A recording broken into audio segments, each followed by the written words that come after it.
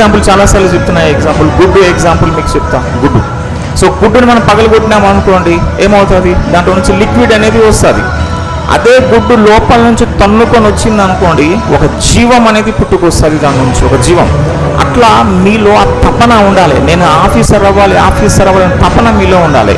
ఆ తపన మీలో ఉన్నప్పుడు ఆటోమేటిక్గా ఆఫీసర్ అనేది మీ జీవనంలో పుట్టుకొస్తుంది. సో సాధారణంగా మనకి చైల్డ్ కావాలన్నప్పుడు చైల్డ్ అప్పుడే ఫామ్ అవుతుంది మనకి. నెక్స్ట్ 9 months అనేది జస్ట్ ప్రాసెస్, అది నెక్స్ట్ 9 months ప్రాసెస్. అదేవిధంగా మీరు ఆఫీసర్ అవ్వాలని చెప్పి ఫుల్ ఫ్లెడ్జ్డ్గా కమిటెడ్ అయినారు అనుకోండి, అదే రోజు మీరు ఆఫీసర్ అయిపోయినట్టుగా. సో నెక్స్ట్ వచ్చే ఈ యొక్క 1 year కావచ్చు, లేదా 1.5 years కావచ్చు, జస్ట్ ఒక ప్రాసెస్ లాంటిది, అది జస్ట్ ఒక ప్రాసెస్.